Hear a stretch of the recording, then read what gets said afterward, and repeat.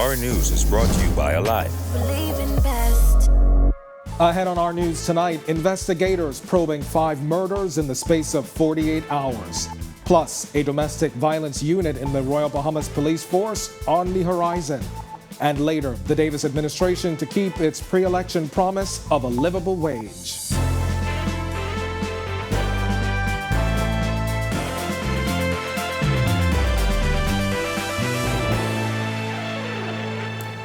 Welcome to our news and thanks for joining us. I'm Candino Knowles. A bloody weekend for officers as 5 murders are now under active police investigation. The 2 latest murder victims were killed in the same area as one of the other victims just hours apart. Police Press Liaison Officer Superintendent Audley Peters telling reporters that officers were once again called to Thompson Lane shortly after 6 p.m. Sunday. The emergency medical services were dispatched, and on their arrival on scene, they examined the victims. One of the males was pronounced lifeless on scene. The other was transported to the hospital, where a short time ago he succumbed to his injuries. The initial investigations in this incident suggest that 2 persons were standing at the end of a residence when a dark sedan pulled up. A lone gunman exited that vehicle and discharged his weapon at those 2 gentlemen, injuring them and resulting in their death. Superintendent Peters, who was joined by officers of the anti-gang unit, says investigators are probing any possible links between these latest incidents. There's a possibility that there is a connection. We won't rule that out. We just have to put all the dots together, do the victimology, and that will tell us who it is, what's the reason, and we'll go from there. There's a possibility. The reason that they're here is to canvass the area and listen to what the word is on the street, act on it, verify what they're saying, whether it be true or not.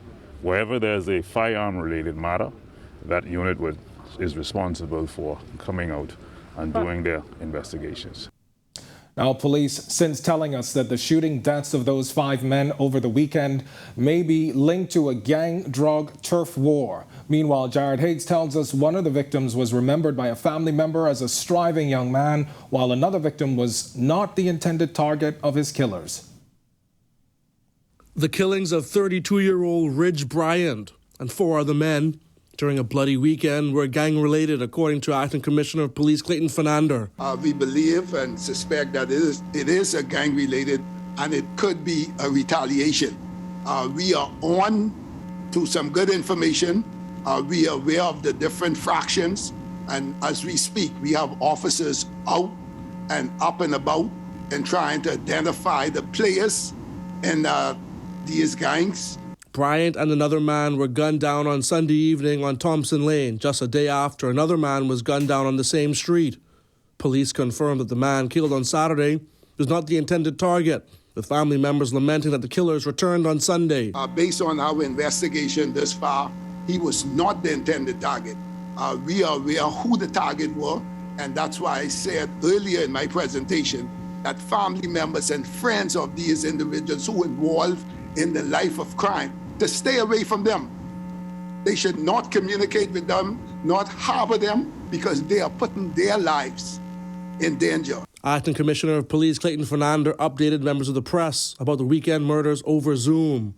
The other incidents included a man found shot to death in a vehicle outside his home on Cordo Avenue, west of Market Street. Meanwhile, on Friday, 2 men were shot in a vehicle on 8th Street, Coconut Grove. One of those men died, while police say the other was hospitalized. Fernandez says the killings were retaliations and vowed that police would crack down on drug houses and communities. We have upped our presence in those areas, and we have a team that is going at these individuals. We continue to build evidence on these individuals, and we're trying to break up these gangs. They are not in charge of this country. The police are. Reporting for Our News, I'm Jared Higgs. And the death of an 84-year-old woman has been reclassified by police. When it was first reported 2 weeks ago, police ruled it a sudden death. Following an examination by pathologists, police now say she appears to have been strangled based on the marks left on her neck. Acting Commissioner of Police Clayton Fernandez confirms the victim's son is in custody, assisting police with the investigation. About 2 weeks ago, an 84-year-old lady was pronounced dead, a sudden death. It came in as a sudden death from the eastern area. Some relative called in and said they met their loved one on the floor, alone in the house. And at that time, no visible injuries were seen.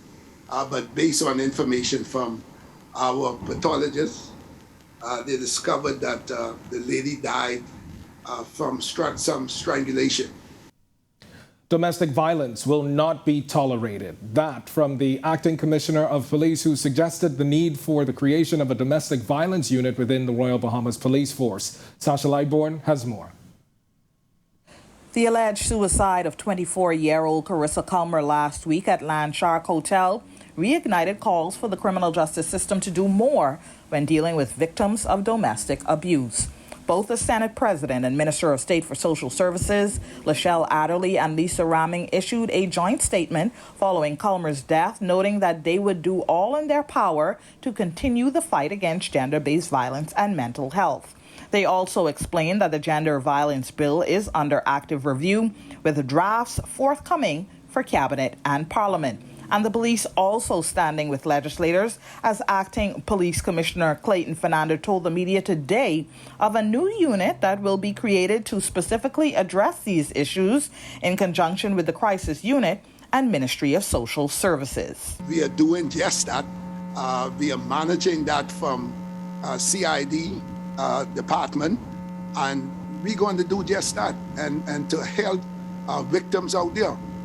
And we're going to take nothing lightly. Why we want to bring it under one umbrella, not going all over the place at this station and you're wondering who should you go to, the follow-ups and all of that.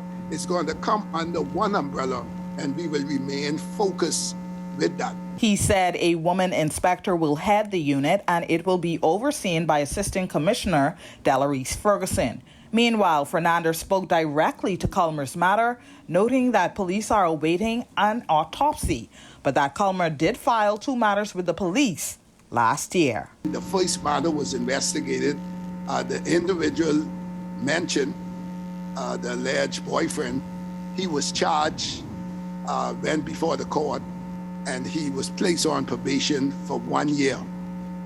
He did just that, and there was a second matter where she was assaulted again and was arrested, charged by officers, and eventually the deceased person, the victim, she withdrew the matter in court. Reporting for our news, I'm Sasha Lightbourne. It's time for your first look at weather. Greg Thompson is in the Weather Center with the latest. Good evening, Greg. Thanks, Kindino, and good evening, everybody. Our first look at weather tonight is being brought to you by Nestum's Toddler Shake, distributed by Lightburn Trading. Gray skies outside our studios right now with some showers out there. Very light, but the winds are very strong on the east-northeasterly at 70 miles per hour with some higher gusts. And your feels like temperature a cool 72 degrees on the outside. Satellite view, frontal boundary that was down near the central Bahamas is lifted back towards the north as a warm front, bringing a lot of moisture with it across central and northwest Bahamas. Some showers in forecast earlier today, and those showers will continue to persist tonight as that frontal boundary and that moisture continues to lift towards the north. So look for some gray skies and more showers in your forecast. That's your first look at weather. Your extended forecast is still to come. And still to come on our news, how government plans to turn minimum wage into livable wage. And later, why BTVI says it will not return to in-person learning soon. That's coming up when our news returns.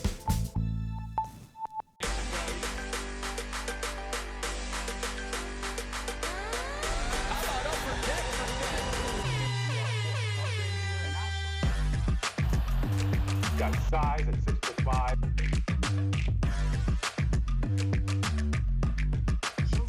Hi, this is Shamik.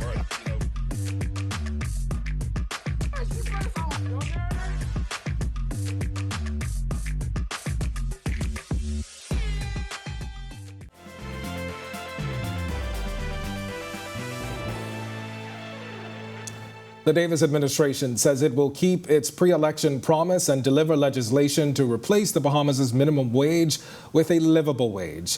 The assurance was given by Labor and Immigration Minister Keith Bell, who says that legislation is nearing completion. Jasmine Brown reports. With inflation putting a pinch on the pockets of residents, the Labor and Immigration Minister says establishing a livable wage is now more important than ever. Bell telling reporters on the sidelines of an LJM Maritime Academy open house event that it is a priority for the Davis administration. Obviously, what persons take home at the end of the day, it really weighs heavily. It's very significant. Come on, I can't overemphasize that enough. And so that is one of our major things that we hope to achieve in this administration, the elimination of minimum wage and the implementation of a livable wage. In its blueprint for change, the PLP pledged to raise the minimum wage from $210 to $250 and introduce a livable wage. The promise was one of many that helped usher the Davis administration into government as the Bahamas face its worst economic crisis in modern history, brought on by the COVID-19 pandemic and Hurricane Dorian. Bell says the process to get it done has already started, and he is currently awaiting recommendations from the National Tripartite Council, which are expected in the next 2 weeks. Once we get those, the paper will then go to cabinet. There has to be widespread consultation, as you'd appreciate, with both the public and private sector, particularly our private sector industry, in terms of where we're going to go with it. And then once we get that, we will then come back and make a determination as to how we will proceed. When it comes to what the National Tripartite Council is taking into account for its recommendations, Acting Director of Labor Robert Farquharson says there will be several factors. Farquharson says they include the cost of living, the retail price index, inflation, and a regional comparison on minimum wage. We are committed to doing the necessary research, and I am confident that in the very, very near future, a recommendation will be sent to the government for an increase in the minimum wage. I am unable to say the time frame for it because that's a decision of the cabinet.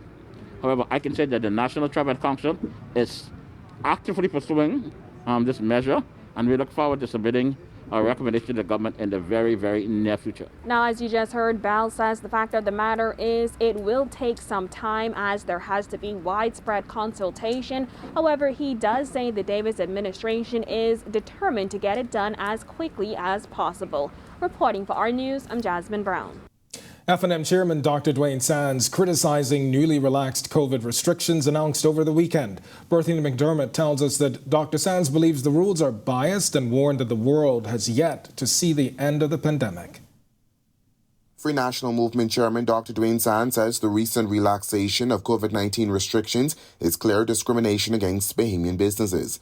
His comments come after Health Minister Dr. Michael Darville announced Saturday that face masks are no longer mandatory while in a hotel lobby, corridor, or casino. The former Elizabeth MP questioned the rationale behind the decision. I am at a loss to understand how the biology of the virus changes depending on whether you're in a Bahamian business or in a hotel or casino. And so it seems as if there's a belief that the biology of COVID changes depending on where you are. According to the rules, masks are no longer mandatory at outdoor events once there are at least 3 feet of distance between attendees. Additionally, disabled individuals with specified medical conditions are not required to wear a mask once a medical certificate confirming that condition is provided. Private indoor social gatherings can also be held with up to 75% capacity. All attendees must be fully vaccinated or present a negative COVID-19 tests. Sands echoed similar sentiments shared by F&M leader Michael Pintard, which is that the official opposition has been shut out of COVID-19 briefings. Is this a crapshoot or is this evidence-based, evidence-driven? We don't know. We have made it very clear that we are willing to listen, to participate, and to contribute, since this is a national issue. And those offers have been rebuffed. The Davis administration also announced Family Island regattas and the possibility of Junkanoo in December. In recent weeks, the Bahamas recorded record lows in COVID-19 infections. Dr. Darrell previously said that once numbers remained low, relaxed restrictions would follow. But this isn't the first time the country saw relatively low cases before a spike in cases. The former health minister warned that we haven't seen the end yet. We all want to see the back end of COVID, eh? All of us. Every single one of us want to see this thing gone. And yet the data simply does not support that. As we speak, there's a significant outbreak of COVID in China. The fact that we're tired of this thing doesn't mean that we cannot continue to be vigilant. Reporting for Our News, I'm Berthany McDermott. The LJM Maritime Academy, partnering with Bahamas Technical and Vocational Institute for an open house this morning at its Soldier Road campus. Labor and education officials were among those at today's event, which LJM Academy President Dr. Brenda May Clare says was to get more people interested in the ever-expanding industry. The LJM Maritime Academy was pleased to join with BTVI and the Department of Labor to develop 5 program options, which will skill persons for employment to build the economy. When Our News comes back from the break, South Beach pools reopened today. We've got highlights from today's tour and later your extended weather forecast.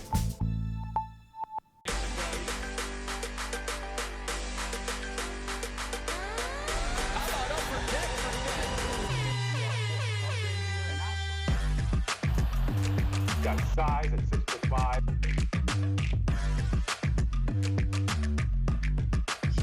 Hi, this is Shamika.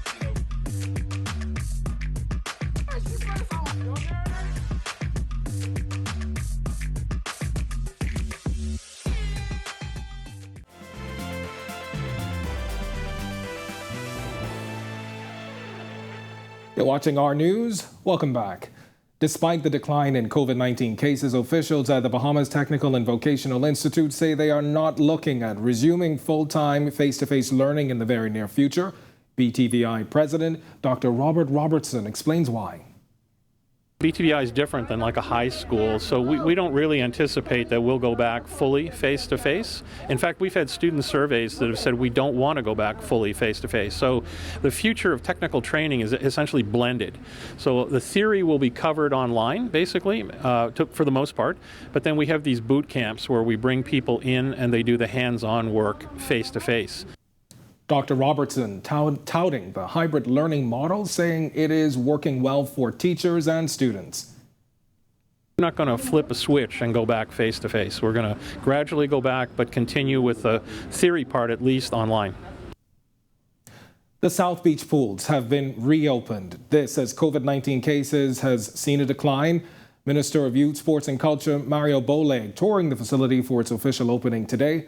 Boleg says in addition to accommodating swim clubs preparing for national competition, he hopes the pools can be used to teach Bahamians how to swim, referencing the tragedy of Hurricane Dorian, adding that knowing how to swim ensures at least a 50-50 chance of survival.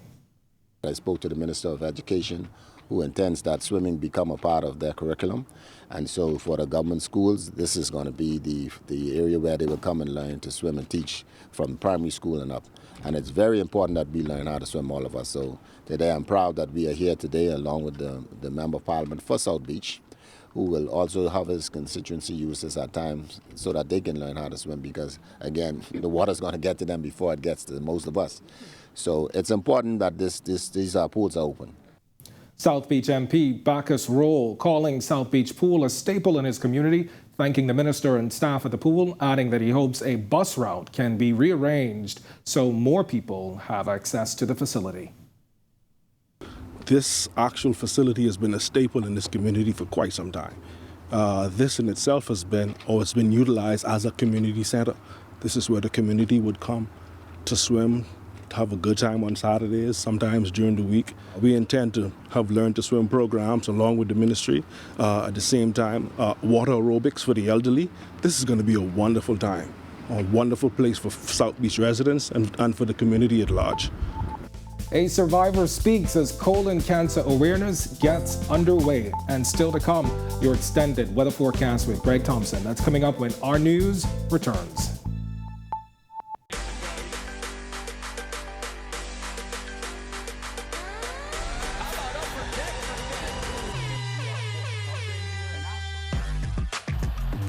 Got size at 6'5".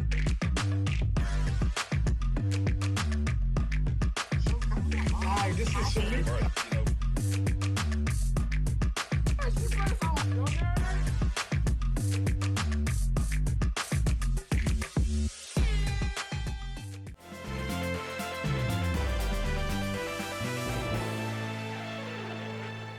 The month of March is being observed as Colon Cancer Awareness Month, and Vice President of the Cancer Society of the Bahamas and co-owner of the MediCenter Group Clinics, Dr. Nicholas Fox, is actively at the forefront of promoting the disease, which he says is the third most common cancer among Bahamian men and women.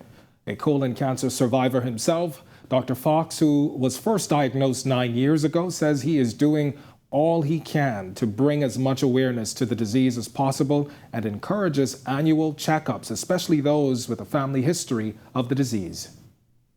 You know, and most people equate the C word, cancer, with death, and so did I. Even as a physician, once I was diagnosed, it was unbelievable because I thought I was healthy. I was doing what I was supposed to do. I presented with rectal bleeding, one big episode, and I went to my gastroenterologist and I spoke to him, and he did a colonoscopy, and there it was. The Gastric Center is running a half-off special for colon cancer screenings to commemorate the month of awareness. Dr. Fox says Cancer Society is making a concerted effort to bring awareness to various types of cancers by dedicating each month to a different cancer. Dr. Fox is encouraging the average Bahamian to take a serious look at their diets. We have a culture where we have a very high-fat diet, and we consume a lot of sugary stuff, and we consume a lot of alcohol. We don't exercise. We don't eat enough roughage in terms of greens and vegetables and fruits. We just like fat, meat, macaroni, cheese, fried chicken, etc. For more on this, be sure and visit Our News Bahamas on Facebook. Well, it's time now for your final look at weather, and Greg is back with the extended forecast. Greg? Thanks again, Candino. Welcome back, everybody, for our second look at weather. Frontal boundary that pushed towards the south and in the central Bahamas yesterday is now lifting back towards the north as a warm front, trapping a lot of moisture across the central and northwest Bahamas. So we had a lot of gray skies earlier today, and those cloudy conditions will continue tonight as that warm front lifts back towards the north, pushing most of that moisture to the north across our area. We're going to be watching the Gulf of Mexico. There's a low pressure system expected to form by Wednesday into Thursday, so we're looking for the chance of another frontal boundary getting through here. Some showers with that, but not too much in terms of any significant weather with that frontal boundary by the end of the week. Boating forecast, we have an advisory posted for you out there. East to southeasterly winds at 15 to 20 knots. Those winds will be gusting at times. Seas running 4 to 6 feet with the ocean. They will be higher in swells, mostly along the Atlantic exposed shorelines. Your high tide was at 6:15 this evening. Here's a look now at your national forecast.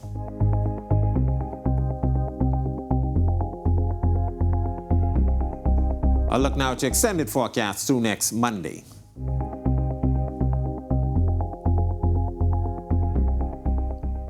One more day of cloudy conditions, and then things should be improving slightly by the middle of the week. Back to you, Candino. All right, thanks a lot, Greg, and thank you for joining us for Our News Tonight. On behalf of the entire team, I'm Candino Knowles. We'll see you right back here tomorrow night. Until then, have a wonderful evening.